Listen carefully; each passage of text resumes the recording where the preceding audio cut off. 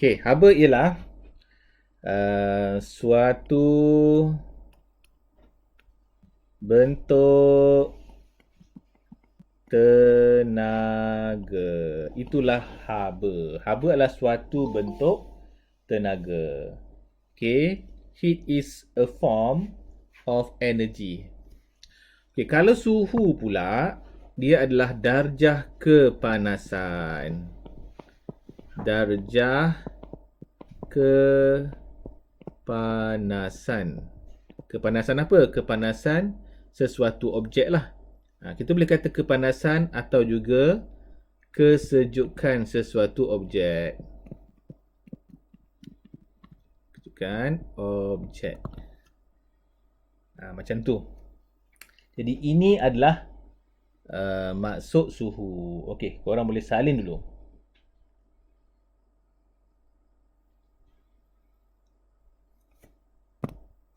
Okey, aku teruskan lagi Ataupun cikgu saya tekan haba dulu lah, besar sikit cikgu tulis macam ni. Senang sikit, korang concentrate haba je. Nak tulis pun senang cikgu kan. Okey, untuk haba lagi, ianya diukur menggunakan joule. So, diukur dalam bentuk joule ataupun simbolnya adalah J. Contohnya kita katalah 200 joule. Okey. Kalau kita makan sekalipun, kan makanan kita tu akan di-convert dalam bentuk joule. Berapa joule kah kita makan hari ni.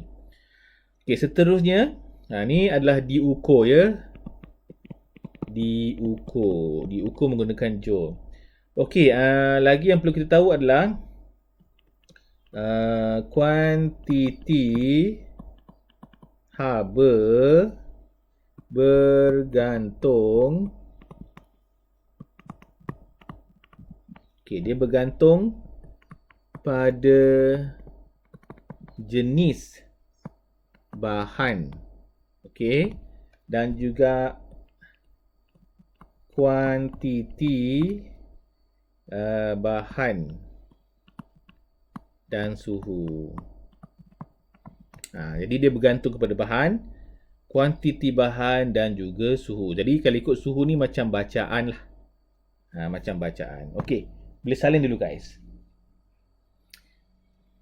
Okey, kalau korang nak tanya apa, boleh tanya sekarang. Boleh type ke? Okey, dah. Dah? Okey, ada kawan baru masuk ke? Okey, salin sikit. Alright, cikgu move. Okey. Okey, seterusnya adalah kita nak masuk suhu. Okey, suhu apa lagi kita boleh buat? Yang pertama adalah definisinya darjah kepanasan ataupun kesejukan sesuatu objek. Okey, macam ni dia ukur?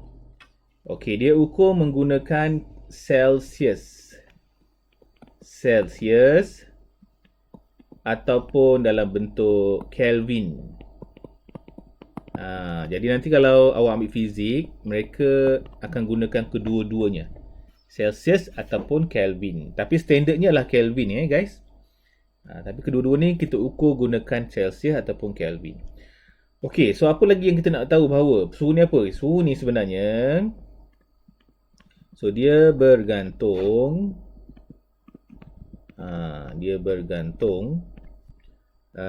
pada darjah pergerakan zarah-zarah. Zarah-zarah ni partikel lah. Okey, zarah-zarah di dalam suatu bahan. Jadi suhu ni bergantung pada darjah pergerakan zarah-zarah di dalam satu bahan. Tak apa, awak tak faham tak apa, nanti juga explain nanti. Jumpa gambar ajar juga explain. Salin dulu. Okey dah? Move lagi Okey. Sekarang tengok ni pengaliran haba dan keseimbangan terma. Apa maksud pengaliran haba dan juga apa maksud keseimbangan terma. Okey, nanti kita tengok sikit apa itu. Okey, yang pertama adalah kat sini ada kan ayatnya. Haba mengalir dari objek panas. Dia mesti mengalir daripada objek panas. Okey. Ke objek yang sejuk. Jadi sifat dia macam tu. Dia bukan sejuk ke panas, dia panas ke sejuk. Jadi kalau sesuatu benda macam kuali kita pegang, kita panaskan kan. Sebab tu kita pegang dekat dia punya pemegang dia. Sebab dia bergerak daripada panas ke sejuk. Okey, lagi apa lagi?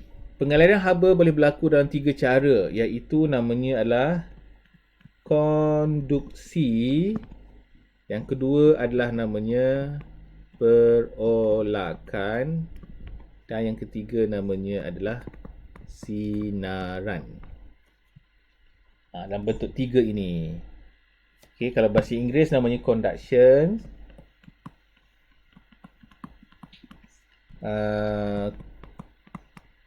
Convection.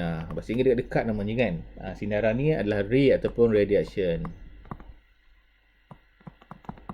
Okey, ada 3. Macam tu. Okey.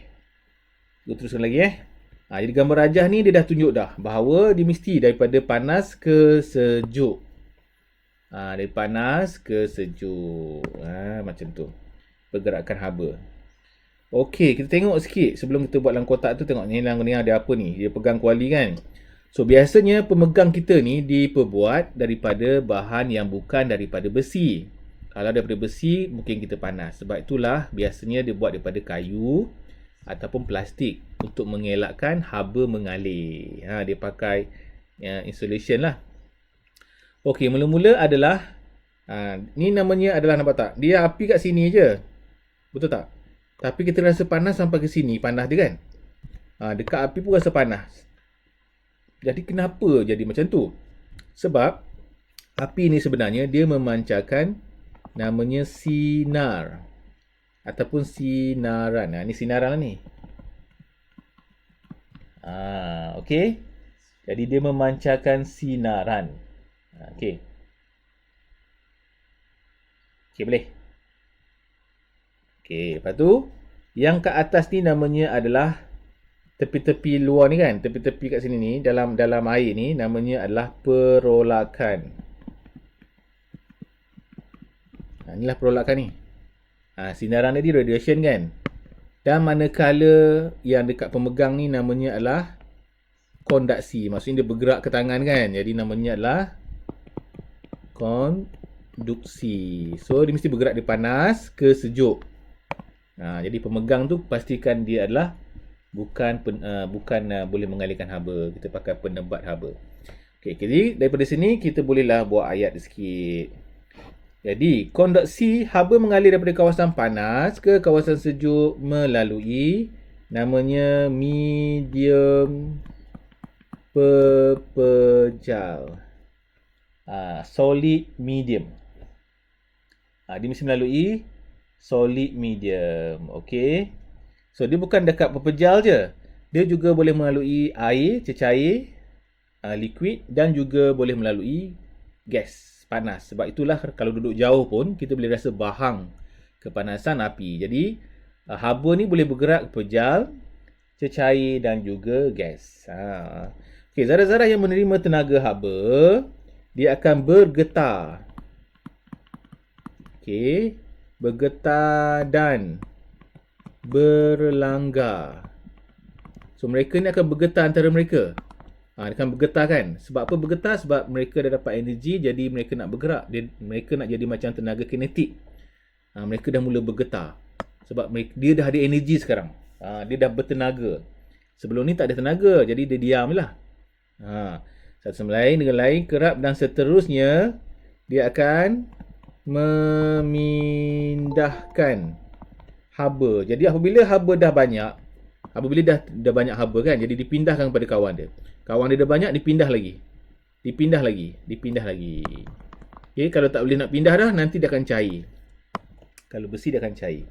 Jadi memindahkan haba ke seluruh medium. Tak kisahlah medium tu mungkin. So medium ni macam cikgu cakap lah, medium ni mungkin pepejal. Kan, mungkin juga cecair. Dan mungkin juga adalah gas. So 3. Okey, mungkin solid, mungkin liquid dan juga mungkin gas. Ada orang tanya, boleh tak dia melalui vacuum? Vacuum tu apa? Vacuum tu macam outer space, luar angkasa. Jadi dia pun boleh juga melalui vacuum. Vacuum tu luar daripada atmosfera. So cahaya, sebab itulah matahari apabila dimancarkan dia punya cahayanya, jadi dia memindahkan haba melalui cahaya tersebut. Jadi ada 4 lah. Pepejal, cecair, gas dan juga vacuum. Jadi kalau yang tak tahu lagi vacuum, yang vacuum seduk gas tu pun, yang seduk habuk tu vacuum juga. Okay. Luar angkasa pun namanya vacuum juga. Kenapa vacuum? Sebab kat sana tidak ada molekul-molekul udara. Jadi namanya vacuum. Okey, cikgu teruskan lagi. Okey, haba mengalir. Ni adalah perolakan. Perolakan bahasa Inggeris apa namanya? Tebak sikit supaya nampak. Namanya adalah convection. Okey. Jadi perolakan haba ni kalau dalam liquid tu dia akan berolak dalam cecair itulah kan. So haba ni sebenarnya dialihkan melalui namanya pergerakan bendalih. Bendalih liquid kan. Dan mungkin juga dia adalah cecair ataupun dia adalah gas. Okey, kalau perolakan ni biasanya dia lebih kepada cecair ataupun gas sahaja. Cecair ataupun gas. Okey, kalau pepejal tu lebih kepada konduksi. Jadi kat sini. Konduksi ni lebih kepada pepejal. Jadi kalau kat cerita ni dia tak adalah pasal gas, tak adalah pasal vacuum. Jadi untuk konduksi ni lebih kepada pepejal sahaja. Okey, jadi untuk convection ni lebih kepada cecair dan juga gas. So jadi apa lagi dari kawasan sama jugalah kawasan panas ke kawasan sejuk. Sama je guys. Okey. So bahagian bendalih yang menerima haba panas akan mengembang. Dia akan expand menjadi kurang tumpat. Dia mengembang menjadi kurang tumpat. Bila kurang tumpat ni maksudnya, awak ingat kurang tumpat dia macam ringan sikit. Dia menjadi ringan sikit. Sebab ada haba kan. Sebab itulah belon panas dia boleh terbang. Sebab udaranya panas, dia jadi kurang tumpat. Bila udara tu kurang tumpat, sebab itulah dia boleh angkat belon tu naik ke atas. Belon udara kan yang korang pergi kat Putrajaya tu lah kalau tengok. So dan akan naik ke atas. Okay. Alright. Jadi bahagian bendalih yang sejuk akan menjadi lebih tumpat. Maksudnya lebih berat sikit. Dan akan turun ke bawah. Okey. Macam tu. Sebab itulah bila kita kenakan api kepada air, air tu akan meruap jadi gas kan, jadi wap air. Sebab apa? Sebab dia dapat energi dan dia menjadi kurang tumpat. Jadi dia terapung ke udara. Okey lagi. Peredaran bendalih yang kalau bendalih ni kejap naik dan turun, secara berterusan ini dikenali sebagai arus perolakan. Arus perolakan. Maksudnya kalau dalam bekas tadi, dalam bekas ni kan, kejap dia panas naik, lepas sejuk balik turun. Sebab baru nak sampai atas dia sejuk balik kan. Yang terlepas tu terlepas lah. Kalau yang macam tu naik turun dalam ni namanya adalah perolakan. Kejap panas kat bawah, naik atas sejuk, turun balik.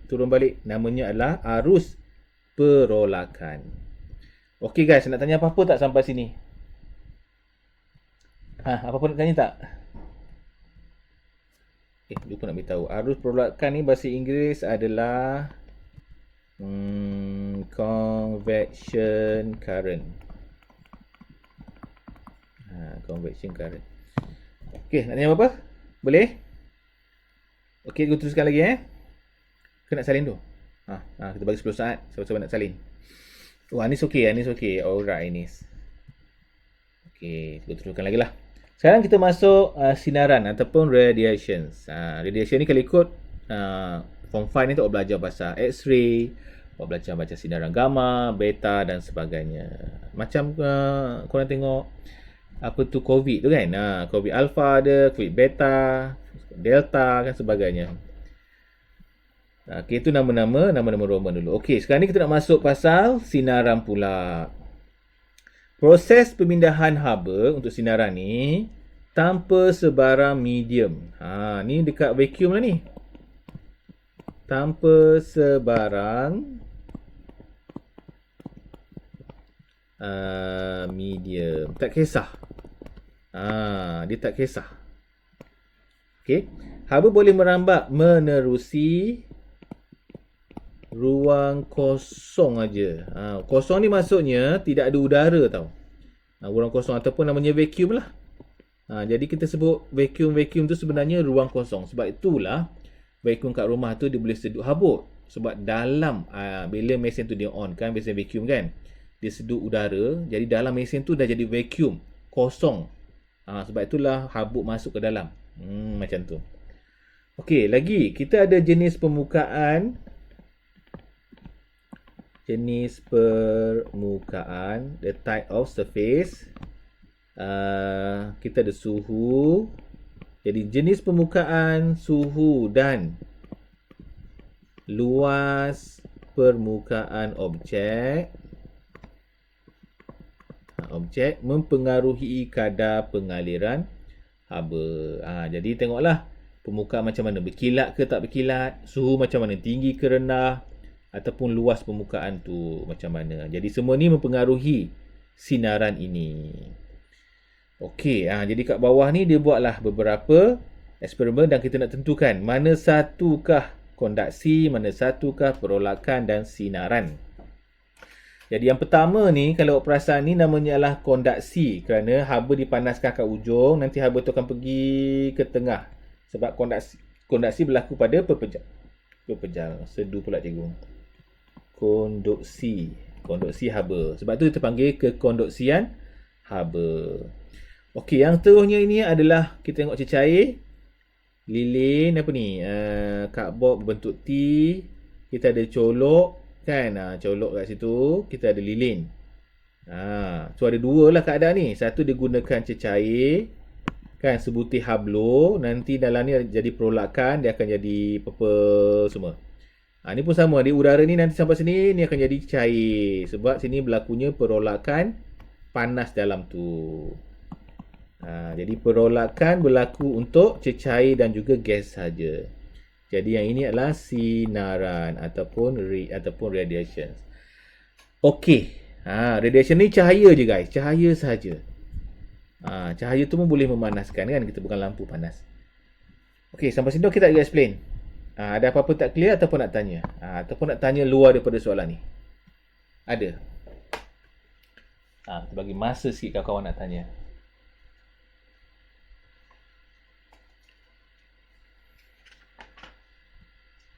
Tak ada kan? Kita teruskan ya. Okey, kita nak masuk 9.92. So kat sini dia beritahu bahawa pengaliran haba dalam fenomena alam kita. So dalam alam kita ni, kita tengok ni kan, kita memang Tuhan ciptakan ada pengaliran haba tersendiri. Kalau macam ni dia melalui vacuum lah. Jadi vacuum mesti melalui radiation, sinaran. Bila masuk dekat atmosfera, dalam atmosfera ni baru ada molekul-molekul udara. Jadi bila udara tu dia berlakunya perolakan. Jadi perolakan tu berlaku dalam atmosfera. Okey, jadi kita nak tulis sikit, besarkan sikit, senang nak tulis.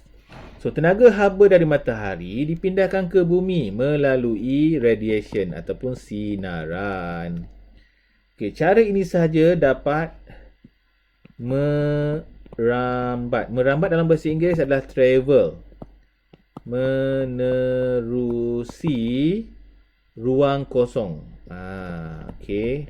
Ruang kosong tu apa? Vacuum lah. Kita boleh kata ruang kosong ataupun vacuum. Vacuum lah cikgu buat.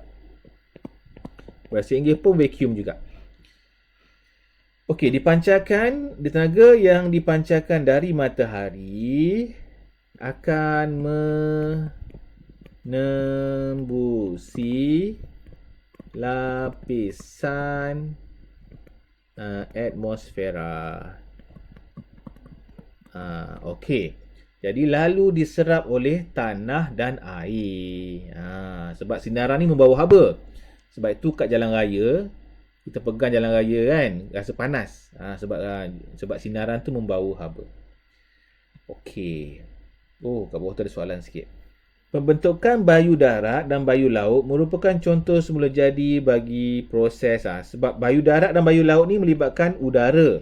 Udara bayu laut. Kalau awak perasan kat pantai tu, kat pantai ada angin semua kan. Itu namanya adalah udara. Jadi udara ni ada melibatkan perolakan udara dan cecair.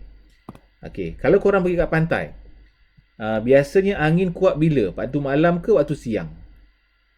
Korang mesti pergi pantai. Kalau Anis pergi pantai ni, Anis rasa malam ke siang yang kuat anginnya? Ataupun sama? Ataupun tak pernah keluar malam? Okay, siapa tahu?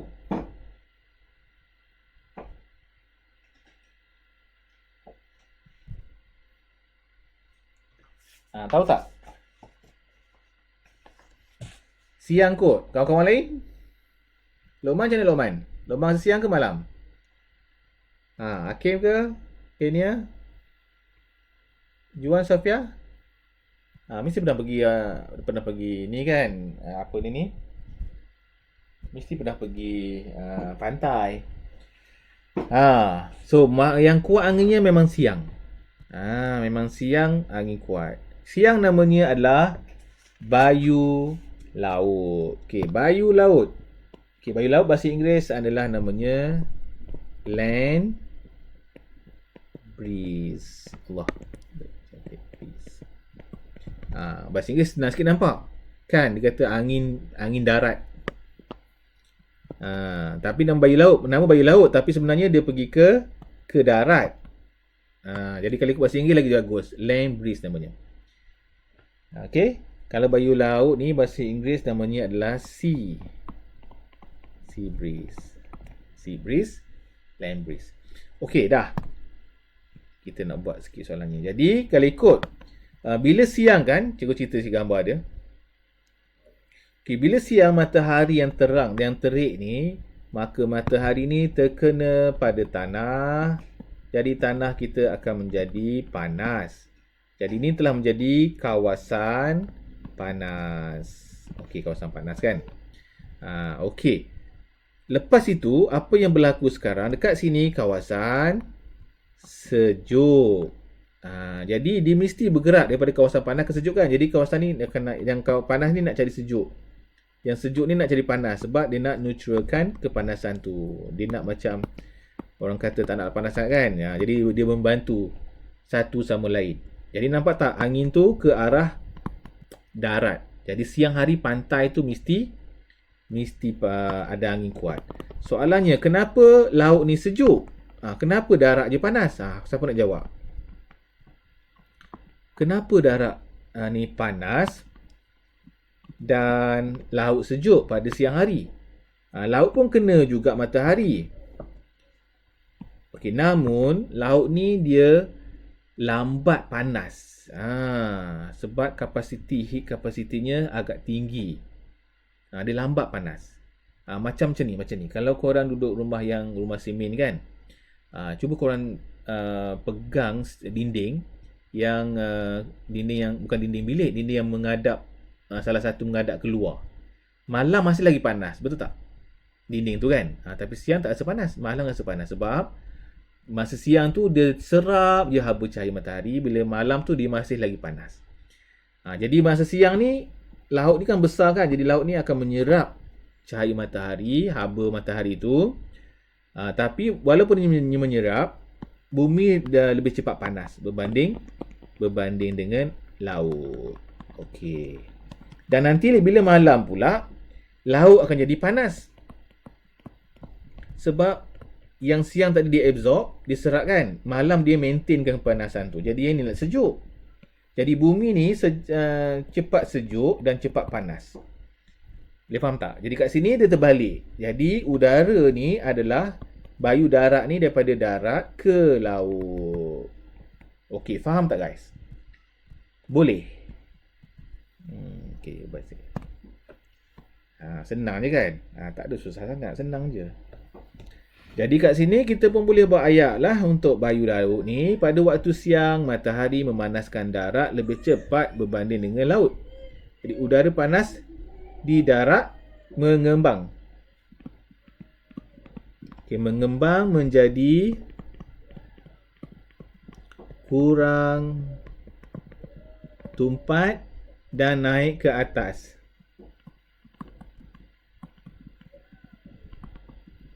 Okey, kerana lebih ringan.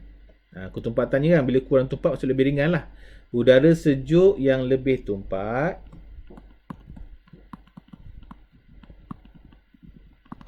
bergerak dari permukaan laut untuk menggantikan udara panas.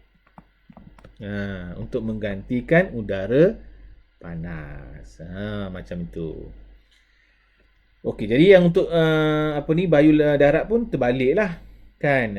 Jadi kat sini waktu malam darat menjadi lebih sejuk, lebih cepat berbanding dengan laut, udara di permukaan laut lebih panas, menjadikan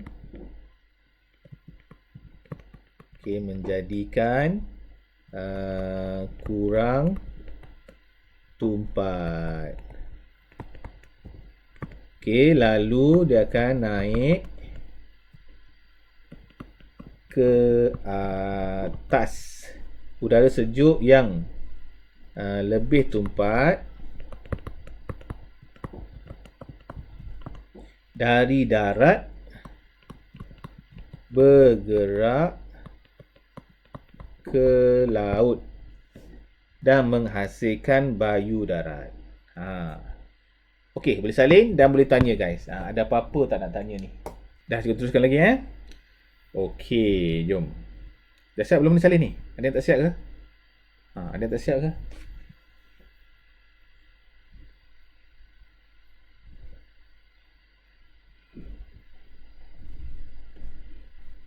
Dah Jangan angkat dah lah. Okey, seterusnya kita nak masuk ke konduktor haba dan juga penebat. Konduktor haba ni boleh mengalih haba, penebat ni tak boleh mengalihkan haba. Boleh lah sikit. Sikit. Jadi apakah maksud konduktor haba? Yang pertama adalah bahan yang boleh mengalih haba. Contohnya seperti mercury. Mercury termometer tu. Mercury ni yang dalam termometer tu kan. Termometer. Contohlah. Mungkin juga kuali dan juga iron. Staker tu kan, staker. Dan sebagainya lagi, banyak lagi. Okey, bahan yang penebat ni pula adalah bahan yang boleh menghalang pengaliran haba. Terbaliklah. Yang boleh menghalang pengaliran haba. Okey, contohnya seperti senang kayu ataupun pemegang periuk, pemegang dapur tu kan. Mungkin sarung tangan, ketuha tu yang mak-mak pegang tu. Dan sebagainya lah. Dinding ke kan, ataupun kotak ais ke, semua-semua tu sebab tu lah ais boleh bertahan lama. Okey. Jadi kotak ais tu memang diperbuat untuk mengurangkan haba masuk. Sebab itulah kotak ais. Ais tu boleh lama bertahan. Plastik, betul, plastik Anis.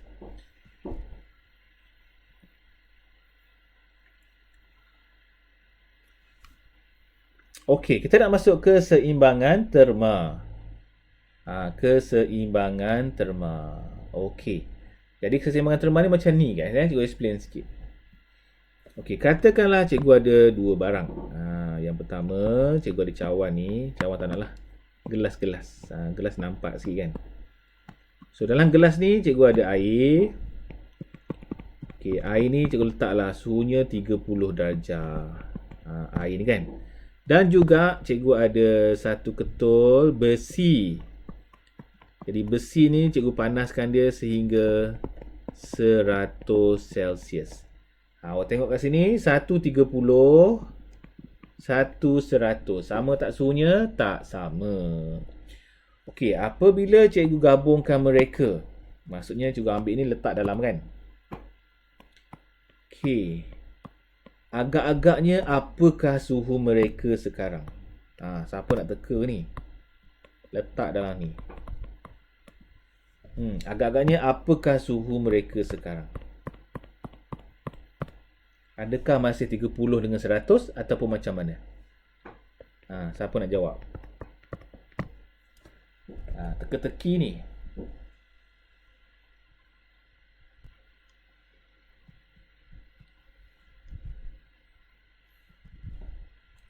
Ada idea tak?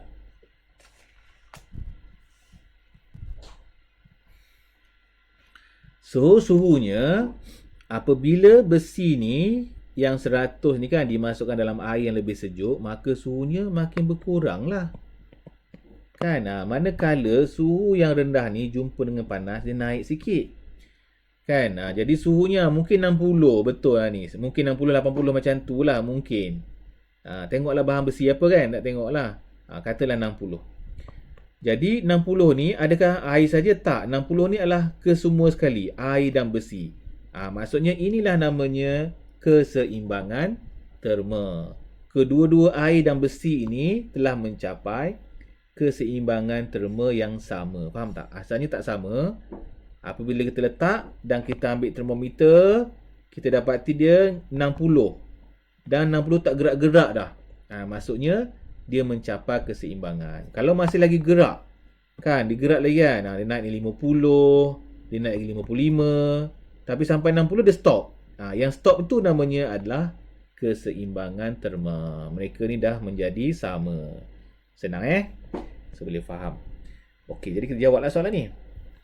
Jadi kat sini dia cakap tenaga haba dipindahkan dari objek yang sama juga macam tadi bersuhu tinggi ke objek yang bersuhu rendah. Okey. So apabila pemindahan haba antara dua objek adalah sifar. Sifar ni maksudnya macam cikgu buat tadi. Maksudnya kalau kat sini ni tak sifar ni. Ini kalau kita tolak dua ni, 100 tolak 30, dia ada 70 lagi. Betul tak? Tapi kat sini ni kedua-dua ni 60-60. Seolah-olah 60 tolak 60. Kan dah sifar. Sebab apa? Sebab mereka ni dah sama. Itu maksudnya suhu sifar. Perbezaan mereka. Beza kan tolak kan? Jadi, perbezaan. Bila memindahkan haba objek menjadi sifar. Sifar ni perbezaan dia. Jadi, objek itu dikatakan berada dalam keseimbangan. Keseimbangan terma. Itulah maksud keseimbangan terma. Okey guys, nak tanya apa-apa tak? Tak ada Kedua lagi Okey, keseimbangan terma. Dua objek yang berada dalam keseimbangan terma mempunyai suhu yang sama. Okey dah Kita teruskan lagi. Okey, dekat sini dia bercerita mengenai mengembang, expand dan mengecut kontrak. Okey, expand dan kontrak. Okey, kat sini digunalah besi ni pepejal. Kan? Dia mungkin guna haba sikit, mengkaji haba. Sama ada pepejal, cecair dan gas ni boleh mengembang ataupun mengecut. Kat sini dia pakai pepejal dulu. Jadi yang ni cikgu percayalah korang dah biasa tengok. Jadi apabila hujung batang besi dipanaskan. Hujung batang besi dipanaskan. Mungkin inilah maksudnya kot. Yang bulat tu dipanaskan. Batang besi tu dipanaskan. So pemerhatian kita dapati bahawa dia punya batang besi tidak dapat dimasukkan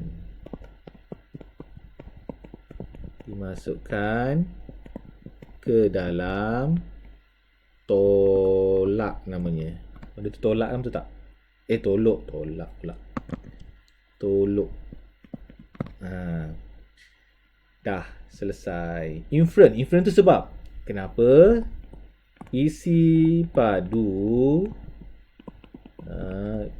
batang besi tadi dia dah bertambah. Bertambahlah sebab habanya sebab dia mengembang kan. Jadi isi padunya bertambah. Jadi kesimpulannya pertambahan haba menyebabkan pepejal mengembang. Okey, itulah maksudnya. Jadi pertambahan haba menyebabkan pepejal tadi itu kembang. Okey, salin dulu guys sebelum kita masuk yang nombor 2, situasi kedua. Okey dah. Okey, situasi kedua ni jika batang itu sejuk, dibiarkan sejuk. Jadi benda samalah, dia terbalik je. Kan? Jadi kalau yang ini tak dapat dimasukkan, yang ini dapat masuk lah. Dapat dimasukkan. Jadi dia terbalik je. Isi padu batang bertambah, yang ini isi padu berkurang. Okey, isi padu batang tu berkurang. Kalau yang ini pepejal bertambah, haba bertambah, jadi yang ini haba berkurang lah. Semua berkurang. Jadi dia punya pertambahan haba tu berkurang. Okey, jadi salin ayat atas sama je guys. Cuma tukar ayat-ayat sikit je.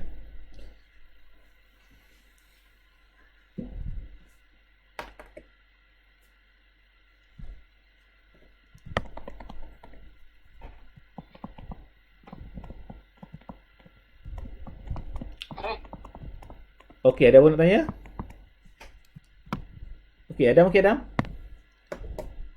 Boleh Cuba nak habiskan sikit beberapa lagi ni. Baru lega sikit aku rasa. Okey, aku teruskan lagi Okey, sekarang kita tengok cecair pula guys. Ni ada tiup, ni ada air berwarna. Okey, so digunakan air dalam besen yang panas dan sini ada besen yang sejuk. Kedua-dua dia letak ni. Dia pakai tiup tu lah. Jadi kita terus jawapan dia. Jadi kat sini pemerhatian kita bila letak dalam air panas, jadi aras air berwarna meningkat. Meningkat pun boleh, bertambah pun boleh. Jadi air inilah meningkat, dia bertambahnya air tu. So sebab dia apa? Sebabnya adalah isi padu air berwarna juga bertambah. Senang. Kalau air panas semua bertambah. Jadi kesimpulannya pertambahan haba menyebabkan cecair berkembang. Macam tadilah mengembang. Jadi sejuk dia mengecut balik. Okey. Kalau sejuk tadi dia mengecut, lupa nak beritahu. Ini akan jadi mengecut. Mengecut. Okey. Dia akan mengecut.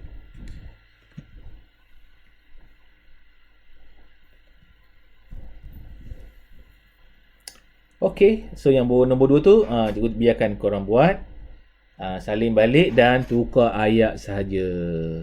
Maksudnya yang meningkat ni jadi berkurang, bertambah jadi berkurang, mengembang jadi mengecut, pertambahan jadi pengurangan haba. Macam tu je, yang lain sama. Okey, sila buat ayat sini dulu. Kita nak masuk yang gas ni pula ni. Gas pun sama, dimasukkan dalam air panas. Satu dalam panas, satu dalam sejuk. Okey, so pemerhatian kita apa jadi pada balon ini? Yang pertama, balon ini akan berkembang. Kembanglah sebab dia panas kan? Sebab apa? Sebab ketumpatan udara kurang. Pun samalah isi padu udara dalam belon bertambah. Isi padu bertambah tapi ketumpatan berkurang. Untuk yang panas ni. Ketumpatan dia makin ringan sikit. Jadi isi padu kesimpulannya adalah pertambahan haba menyebabkan dah. So yang ni pun sama macam tadi, korang ubahlah berkembang jadi mengecut. Okey, udara dalam belon bertambah. Ni belon pula dah. Belon. Belon. Okey, lepas tu belon bertambah jadi berkurang. Pertambahan jadi perkurangan haba. Ni akan jadi mengembang lah ni. Mengembang jadi mengecut.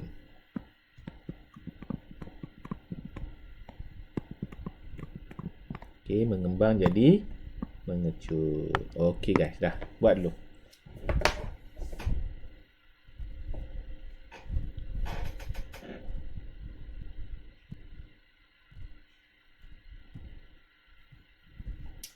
Cikgu ada satu lagi guys, baru capai objektif hari ni. Cikgu nak selesaikan satu lagi subtopik.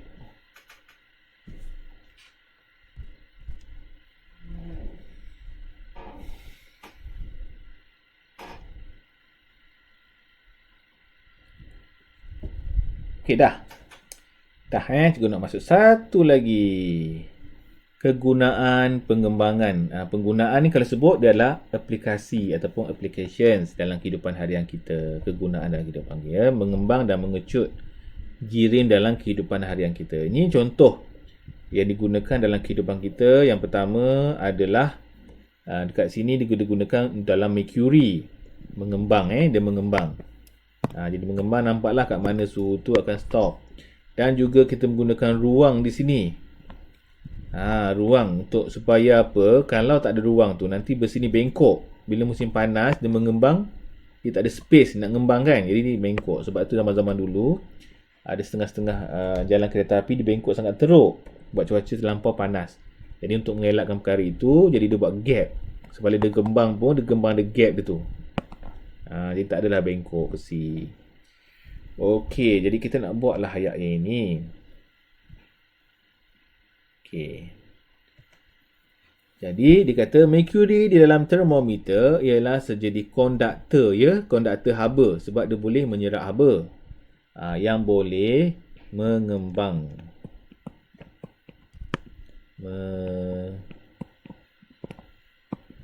Boleh mengembang bila panas dan boleh mengecut ketika sejuk. Nak masuk dalam ais dia kecut lah. Macam tu. Okey. Lapisan kereta api mempunyai dia panggil ruang kecil. Senang cakap ruang ni.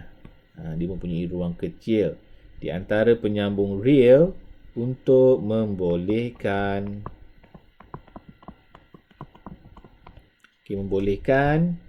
pengembangan landasan. Membolehkan pengembangan landasan pada cuaca panas. Tanpa ruang-ruang ini, landasan berisiko untuk membengkok.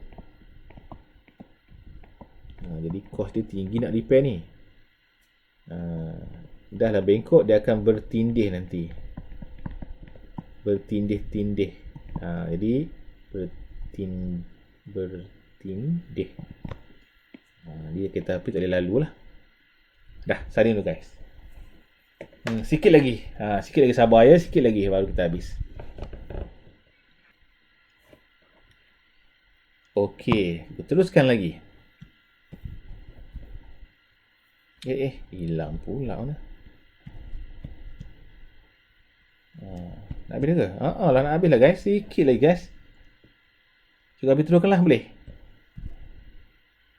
Juga habiskan terus lah boleh? Minggu depan boleh buat latihan. Okey, sikit lagi. Dekat sini namanya adalah kuprum.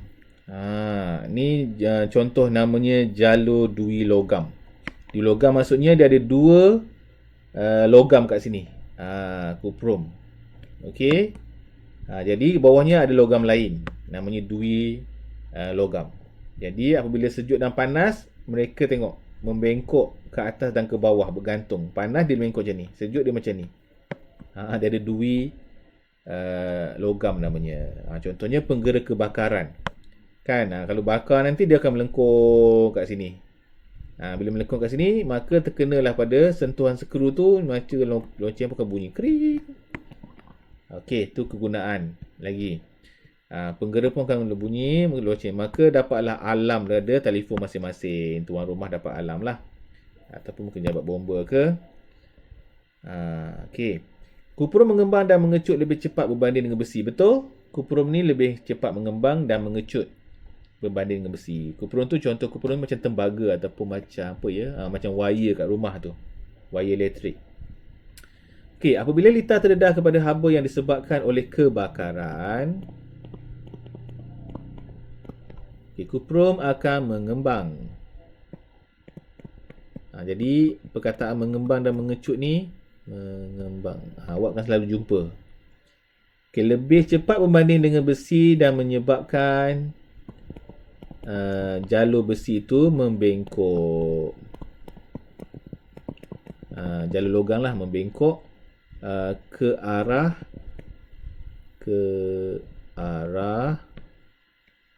skru. Skru kan? Tak. Apa nama dia?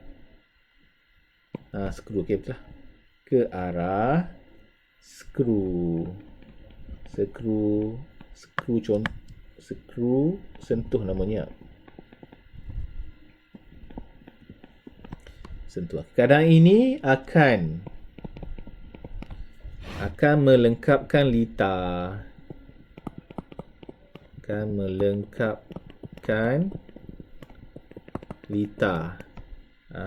Jadi litar sistem. Okey, dan membunyikan penggera ataupun membunyikan loceng. Jadi orang tahulah kebakaran berlaku. Okey, salin guys. Sikit lagi guys. Aku nak pegang teruslah halang-halang ni. Penyerapan. Okey, penyerapan ni adalah absorb. Okey. Pembebasan ni adalah emission. Untuk pembebasan. Okey. Mana juga cikgu teringat tu juga ngebuat dua bahasa lah ya, senang. Okey, keupayaan satu objek untuk menyerat dan membebaskan haba, so ianya bergantung kepada warna permukaan. Pentinglah kita memilih baju ni warna apa? Warna hitam ke warna putih ke? James dengan Jason, muka sama je ni. Okey, James berbaju hitam dan Jason baju putih keluar rumah pada cuaca panas. Siapakah akan merasa lebih panas? So jawapannya adalah James lah. Okey. So, James akan berasa panas. Sebab apa? Sebab dia menyerap haba. Kesimpulan. Okey, kesimpulannya adalah objek yang gelap menyerap haba. Jadi, warna juga mempengaruhi lebih baik. Mempengaruhi penyerapan haba. Okey, daripada objek yang putih. Okey guys, kita malam ni satu